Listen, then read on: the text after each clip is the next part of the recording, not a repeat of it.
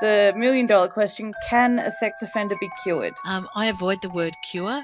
I think it really is about intervention and about teaching control. And I, particularly with men, those small group of men who are sort of truly pedophilic, so aroused to children, they have the highest rates of recidivism and they're the most difficult to treat. Child killer Derek Percy is suspected of murdering Jean Priest's daughter, Linda Stillwell.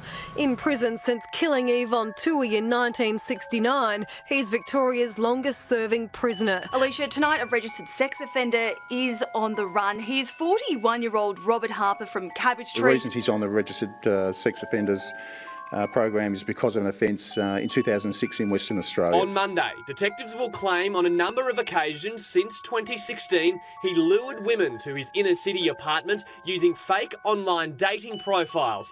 Police say there are more than 30.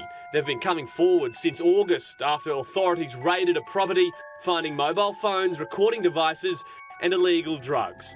Police say the number of alleged victims could climb. Sex offenders are some of the most despised people in society. The mere thought a sex offender could be living in your street, in your suburb, is enough to send shivers down the spine. These are men, and it is almost always men, who have committed acts so repugnant even murderers look down their nose at them. They're predators so hated that even in prison, they have to be put in special protection wings so other inmates don't attack them. But we can't just hate them out of existence. That's where Dr. Karen Owen comes in. She's a forensic psychologist who specialises in treating sex offenders and has led the charge in developing rehabilitation programs in prison. He's a sex offender who pretends to be a police officer to get close to children. Jailed for his crimes, tonight he's out, and 9 News has uncovered the convicted predator living next door to a primary school. I'm pretty much known as a very dangerous and violent person. I'm pretty well controlled on medications at the moment, so I'm actually pretty high right now. Karen, thanks for joining me. You're a forensic psychologist. Is it fair to say you specialise in sex offenders? Yeah, since probably the last 10 years, I've worked almost exclusively with sex offenders and violent offenders, although there's a fair overlap between the two.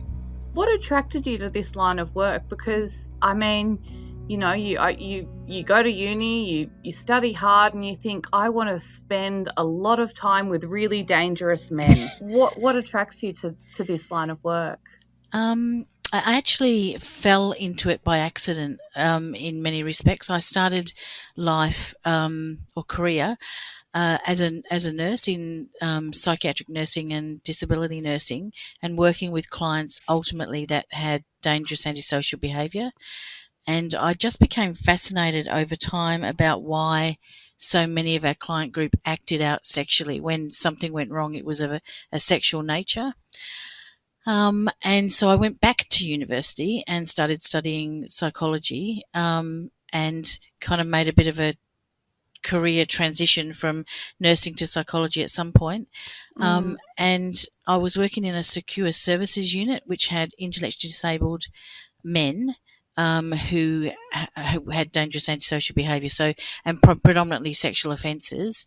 And my former boss asked if I would consider moving across the justice system, working with mainstream clients, and it's kind of gone on from there.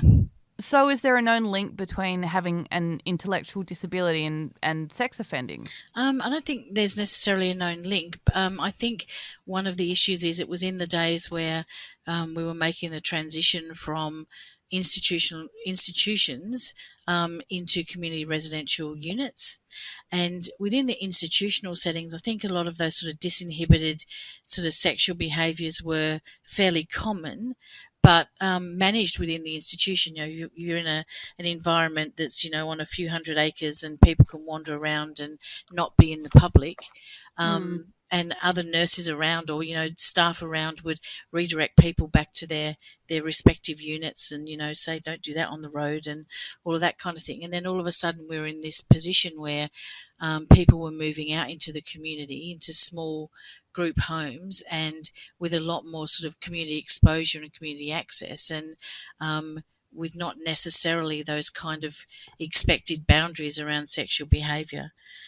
So it caused there was a sort of an influx of concern, but also an influx of problems. And so just to kind of really break it down, are you talking about stuff like flashing or like masturbating in public, that kind of stuff? Is that? Yeah, absolutely. And I think at times too, some more of those sort of coercive behaviours with other residents as well, because often, in some of the large institutions, the men were separated from the women, and all of a sudden they're in, sort of shared housing, where there's a lot, possibly in some respects, less sort of, I suppose, more supervision in a way, but certainly also more access and in a normalised environment. So I think that caused some real difficulties.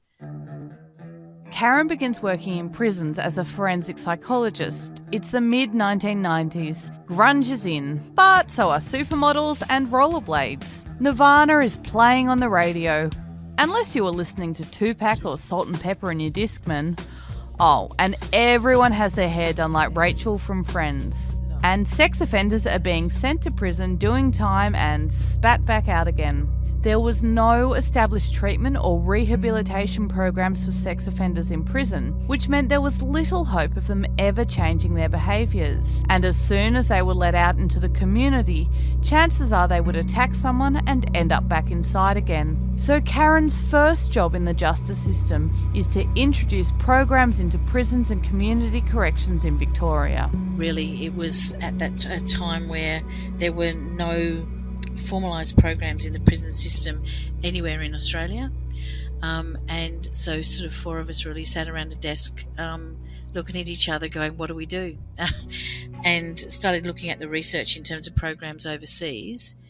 And then I was fortunate enough to be sent to Canada to work with Professor Bill Marshall, who at that time was he's now retired, but certainly at that time was the guru in terms of sex offender treatment.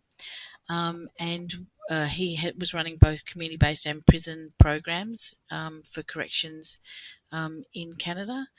And I spent a few months with him learning how to really to do treatment, I suppose, and what were the main things that we needed to consider in developing a program statewide, and then came back and started implementing those strategies. So at the time, the Victorian government were referring it to as the statewide sex offender strategy. So was there no conception that there could be treatment for people who had committed these crimes? I think it was a sort of a universal absence of treatment for anything. So men went to prison, and certainly they were engaged in doing things, but it was really about sort of educational strategies. So, better literacy, better reading, improving your employability once you got out of prison. So working in prison industries without a real focus on offence-related programs or intervention.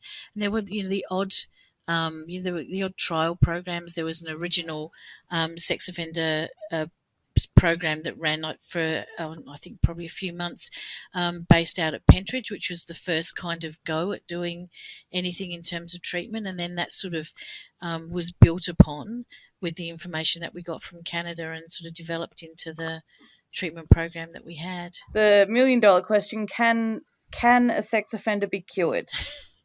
I avoid the word cure. Mm-hmm. I think it really is about intervention and about teaching control, and I particularly with men, those small group of men who are sort of truly pedophilic, so aroused to children, they have the highest rates of recidivism and then the most difficult to treat. So I think I'd very much avoid the notion of someone being can be cured, but certainly I do think with the right treatment and with the right ongoing support, people can return to live in the community without reoffending. Some people, but not everyone. Yeah, not everyone, and certainly, I mean, some people don't want to. I mean, that's the thing, and others, sort of lack some of the skills needed to be able to live offence-free. But equally, all of the research around sex offender treatment suggests that if you use cognitive behavioural models, so models that teach sort of change in behaviour skills but also change in thinking, that you can halve the reoffence rate. And Bill Marshall actually did some really fascinating research very early on, and was because there's always been a lot of criticism about, halving the reoffence rate, isn't great, and it should be better. And he did a research article that suggested that when there were trials for aspirin to prevent heart attacks, the outcome was about quarter of as effective as sex offender treatment, and yet we didn't say, well, let's not give people aspirin. We said, let's stop the trial because it's so effective that everyone should just be allowed aspirin, not just under a trial. And it's the same with cancer treatments that whilst obviously over the years they've improved, at the time that he was looking at the research data, sex offender treatment programs were more effective than most of the treatments for cancer. But no one says, only half the people die, so we should stop. And I think a lot of the difficulty in terms of looking at treatment is that it's kind of politically there's no money, there's no votes essentially in putting money into offender treatment is the reality of it, I think. And the community opinion is often much more around, lock them up and throw away the key, and why do we bother? And the reality is that they're going to be back on the street at the moment. The legislation we've got is that people do their sentence, and there's some capacity for a supervision following their sentence, ongoing supervision following their sentence if they remain a high risk. But the reality is that they're back in our communities. And so in the absence of legislation that says we can lock them up and throw away the key, I absolutely believe that we need to do something more proactive, and the best we've got at the moment is treatment. I remember a police detective telling me once, who worked in the sex crimes squad. I remember her saying to me that when people are released on supervision orders, really the police have no. I mean, they do their best, but they can't watch them 24 hours a day. Occasionally they go and knock on their door and make sure they're not doing the wrong thing. Yeah. But something she said to me, which has always stuck with me, is that really in any given street, there's probably a sex offender. Do you think that's? I mean. Is that overstating the case? I don't think it is, and I think it, in many respects, is a pivotal point in terms of the whole issue of dealing with and treating sex offenders. I think it's really, in many ways, it's more palatable if we think that they're different to us, that if they're going to be, we can see them in the park, that, they've got the raincoat on with the coffee stains down the front and lollies in their pocket, and they're really horrid. And we can see them and they're different, and we can distance ourselves from that. And the cold hard reality, particularly in terms of the research data, is that the majority of offenders are known to the victims. The majority of offenders are in family units, and they're people that are our fathers, our grandfathers, our brothers, our uncles. They're in the family unit. So I don't think that's too far from the truth. I just think the reality is that we don't want to really go down that path because it's too confronting. And that's why we, in terms of the media, keep referring to some of our high profile, particularly child sex offenders, and then we make all of these statements about, pedophiles and on the loose and all of these kind of things, because they're different to us and it distances us from it. And that's not the reality of it, unfortunately. Yeah, I see what you mean. No one likes to think that, they're going to the family Christmas do with Uncle Bert and Uncle Bert, maybe an unconvicted sex offender. I mean, that's a terrible thought. Yeah. I don't really have an Uncle Bert, by the way, just in case everyone thinks I've just outed someone. It's not so far from reality. I went to a distant relative's wedding a few years ago, and someone kept staring at me from across the other side of the room, and I kept thinking, geez, you look familiar, but I couldn't, because it was out of context, I couldn't place it. And then it wasn't until the reception and every time I moved, this fellow would move to the other end of the room. It's like I had somehow had the plague or something. And so he kept catching my eye. And it wasn't until some way through the reception that I suddenly realised he had been in one of my treatment groups in the community sex offender treatment program some months before. And I dare say no one else there at the wedding knew that. What's the etiquette that must have happened to you? You must be in Woolies and look up and think, oh, there's that guy I treated in prison for that kind of crime. Yeah. What happens? I always say to people I work with, if I see you in public, I'm going to pretend I don't know you. So if you come up to me and say hello to me and I'm with someone else and then that someone else I'm with says, who's he? I'm going to say he's one of my blokes in group. Yeah. So unless you want that to happen, don't come near me. And I also say to family members, and they all know, that if I am somewhere and I say we need to leave, we don't ask questions, we get up and we go. And that's because someone you've treated is nearby, is that right? Yeah, absolutely. That, you're at the RSL having a nice cup of coffee and all of a sudden there's someone on a pokey machine. That was in group a few weeks ago. I have to leave. I don't stay around in those situations. And when we established sex offender treatment programs, all of the staff would say the same things to their family members and to their groups, not really anticipating that it was going to be a common occurrence. But I can't tell you how common it actually is. Gosh, hazard of the job. Yeah. Tell me about your first day walking into work in a prison. It was horrible.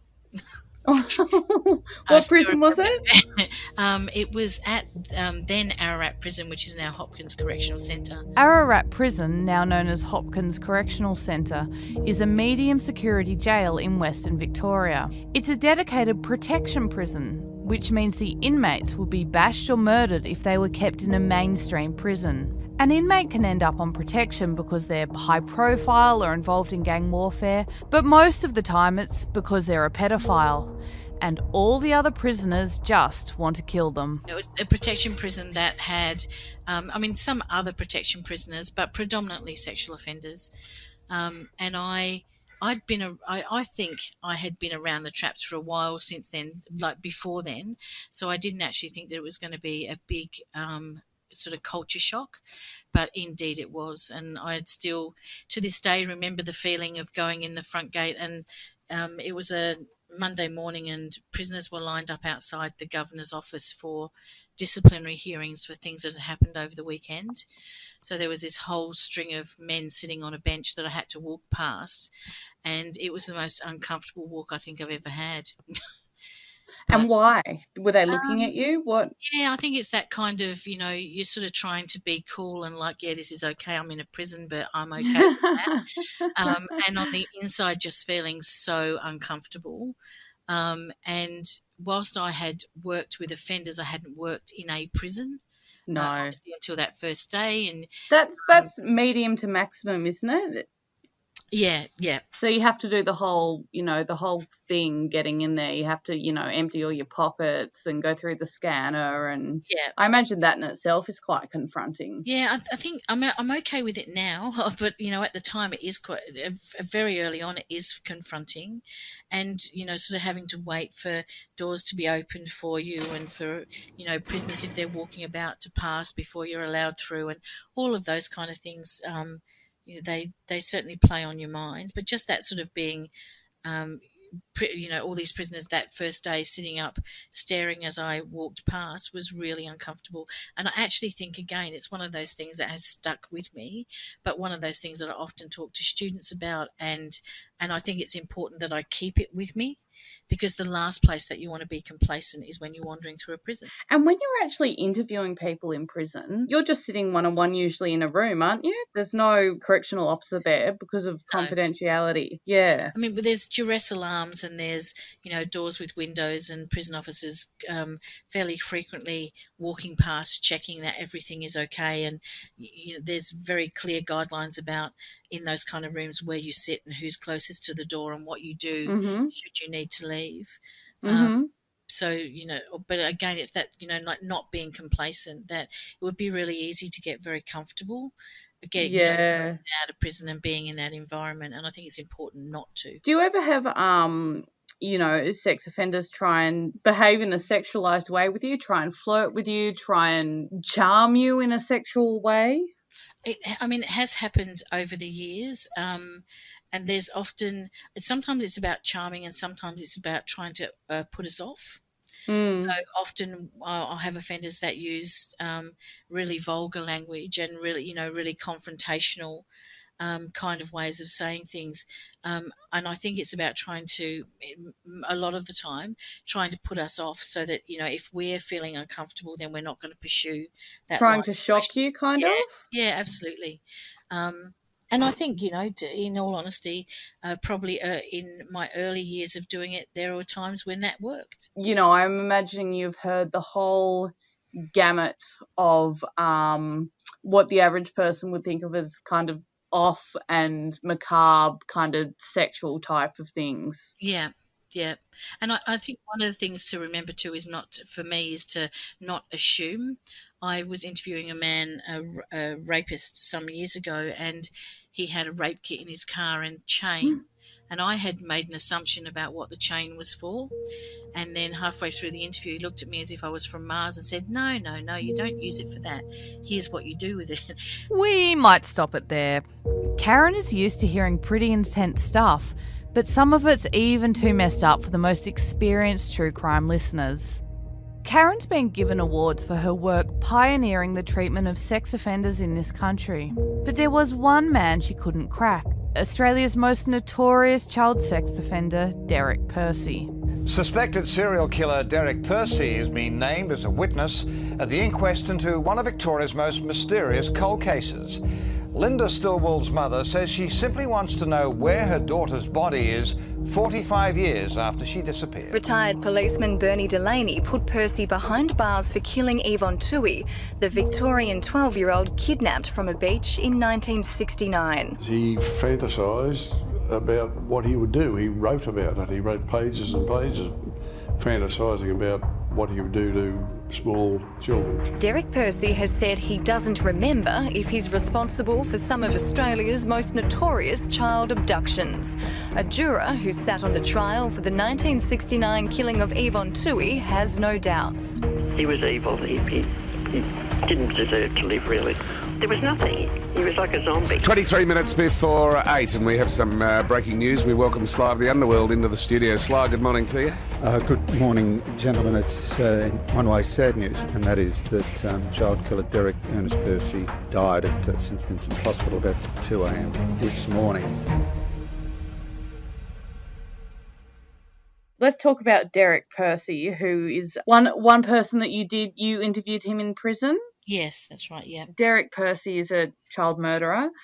He was linked to at least the disappearances of at least 9 children in the 60s. Yeah. How were you kind of brought in to interview him? I was the manager of sex offender programs at the time during time of part of his sentence before he passed away. And he had always refused treatment.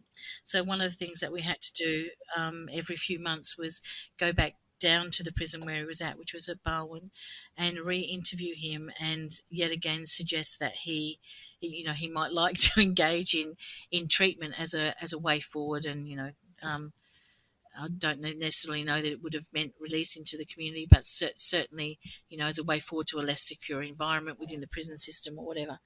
And so I interviewed him a number of times over the years for that purpose. But he was a frustrating man from a treatment provider's point of view, because he had very early on disclosed some things to a psychologist way before I even entered the system. And that information was used against him in a legal sense. And so he shut down, and he decided that he was going to keep all of his secrets to himself, and he took them to his grave. Obviously he would have known he wasn't getting out of jail. There was no way, and obviously there were a number of mysterious or unsolved cases that he was suspected of being involved in. There was no way you could kind of appeal, or police could appeal to his, I suppose, sense of empathy for those victims' families. You're not going to get out of here. These families have been suffering for some of them decades. Could you just put them out of our misery? Did you do it or not? There was no way that would work with this kind of personality type. Yeah, I think we all hoped that it would, and particularly towards the end of his life when he was quite ill. I think the police re-interviewed him again, and with that hope. And I think every time we went down to see him, there was hope that there might have been some change, or that he was be reflecting on his life and maybe want to give up some of the information that we all kind of believe very strongly that he held. But he just was not going to engage with anyone. He was going to take whatever it was that he knew with him, and as far as I know, never revealed anything additional to the police, even though they tried many times, and certainly never engaged in any kind of prison-based treatment or intervention. You had mentioned that he was interviewed by almost every psychologist or psychiatrist in the state, and there was something quite quizzical about him, wasn't there? No one could wrap their head around him. Yeah, he. It's pretty rare when we're talking about offence pathways. It's pretty rare that you find someone when there isn't something that you can hypothesize was kind of what led to, or what started an offence process, if that makes sense.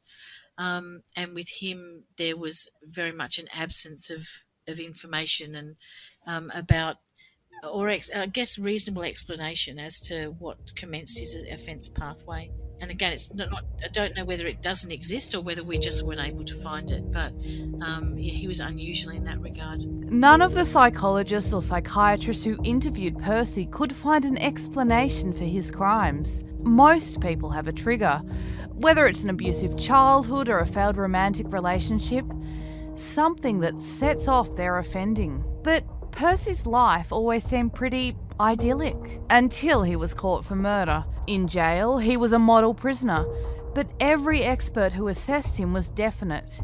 If he was ever released, he would kill again. You mentioned before some of the hardest people to treat are pedophiles, people who are genuinely sexually attracted to children. Yes. For me, I'm a heterosexual woman. I feel like, I was born that way, and that's the only kind of way my sexuality has ever been expressed. Yeah.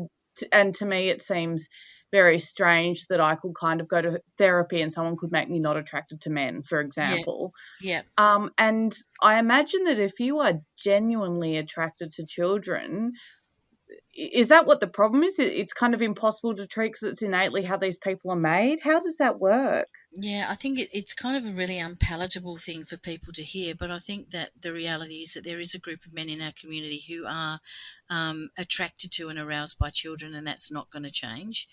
And that's that group that we're talking to, who, in terms of being truly pedophilic.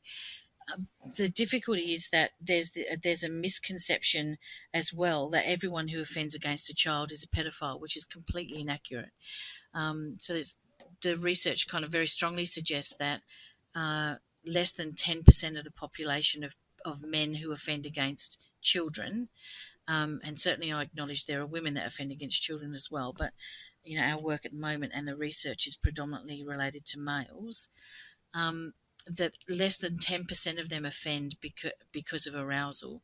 So we've got 90% of the population of people who offend against children, who offend against children not because of arousal but for other reasons. So it might be about trying to establish some kind of connection and relationship. It might be about being socially isolated. It might be about a history of being rejected by women. A whole range of reasons.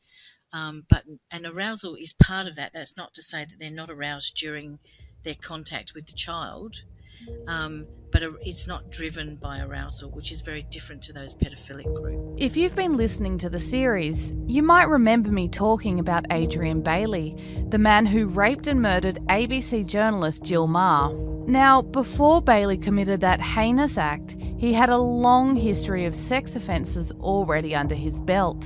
He began raping women when he was just a teenager. He'd been convicted and given stints in jail, but he always managed to get out early without serving his maximum sentences. Bailey admitted he faked his way through sex offender programs, knowing they were his ticket to getting out of jail.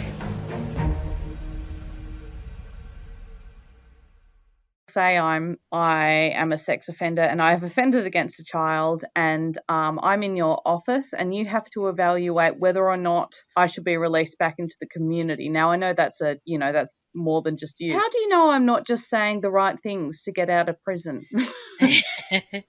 I mean, I think that's always, obviously that's always going to be an issue. That everyone who comes to assessment, I assume, is trying to put their best foot forward, and their best foot is not always true. So I think you have to go into it with a large dose of healthy skepticism. And I always say to clients, and looking at doing any kind of assessment, I'm not interested in you just telling me what you're going to do. I need behavioural evidence. So it's not just about saying, when I go to the supermarket, I'm going to go in another aisle if there's a kid there. Mm-hmm. It's about going to the supermarket under supervision and demonstrating that that's what you are able to do, that you can contain your behaviour within the community. And that's the purpose of having, periods of parole. I know there's often this notion that, you don't give people parole, but then the reality is that if you let them out at the end of their sentence without parole, we have, unless they're on a supervision order, we have no means of sort of ongoing monitoring. So parole is a very important part of the process. Is there a path to becoming a sex offender? Can an average person just wake up one day and think, well, today I'm going to go out and commit a rape? I don't necessarily think in one day. I think there's a whole lot of predisposing factors that occur. So, it's sort of, there is a pathway and it's a development over time. But one of the difficulties in working with sex offenders as well, whilst it's one of the things that makes it really fascinating, is that every single one of them and every single one of their pathways is so different. So it's sort of not as easy as sort of saying, well, here's the pathway, does he match it? And therefore we know why he offended. It's really about trying to figure what is the pathway for every single individual. And that's different for every single individual that we see. Are there kind of gateway offences? Yeah, the research is fairly clear that there's generally a pattern and progression of offending. So, which will start with quite often more minor offences, so peeping in windows, obscene phone calls. These days, with the increased access via the internet, we're seeing more and more kind of inappropriate sexualised chat in chat rooms, meeting people online, particularly people grooming younger but teenage girls and boys online for the purpose of meeting them for sexual contacts, those kind of things. But there generally is a progression in offending. In most instances, some people you'll see that there isn't, but I think that my view often is that when we can't identify those early behaviours, it's because we haven't identified them, not because they don't exist. I've only been talking to Karen for a short time, and I feel icky. I can only imagine the sorts of things she's heard in the 30 years she's been working in forensic mental health. So how does she cope herself? How does it feel to read someone's case file and pore over the details of all the horrible things they've done, and then you find yourself sitting opposite them in a very small room? It is tricky in terms of being able to stay neutral. I think the one thing that we have to be able to do is leave all of those sort of, personal feelings about particular behaviours or particular things, at the door of the room. And that's not always easy to do. So I think... No, because you're human. Yeah, and I think for me particular, well, not just for me particularly, but for me and certainly the colleagues that I work with, we've now worked together for nearly 25 years, and we all know each other, and we know when something's bitten us, and that kind of peer contact and peer supervision is absolutely vital in being able to go back the next day and leave those prejudices at the door. And I think one of the things, there was a big debate when I first started in the 90s, and that it was really around if you were going to work with perpetrators of sexual abuse, that you also should work with the victims so that you could see both sides. And we toyed with that for some time, and my view, and this is just a personal view, I mean, it's different for every clinician, is that I can't do that. If I get too exposed to the victim impact, I lose my objectivity in terms of working with offenders. Okay, interesting. Yeah, if I go in and I'm particularly confrontational with someone because their offending has got under my skin, then I'm going to be confrontational, and I'm not going to be able to develop an appropriate rapport and trust and all those things that I need to do for the person to be able to work collaboratively with me. And if I'm not doing that and we're not getting to the core of the issues, he's leaving my room still a risk. Do you ever cop any flack for being on the pedophile side, being on the rapist side? Oh, constantly. Very early on in the mid-90s, we had all sorts of criticisms, particularly from the survivor lobbies, about how could a woman particularly even think about working with men who have committed these offences.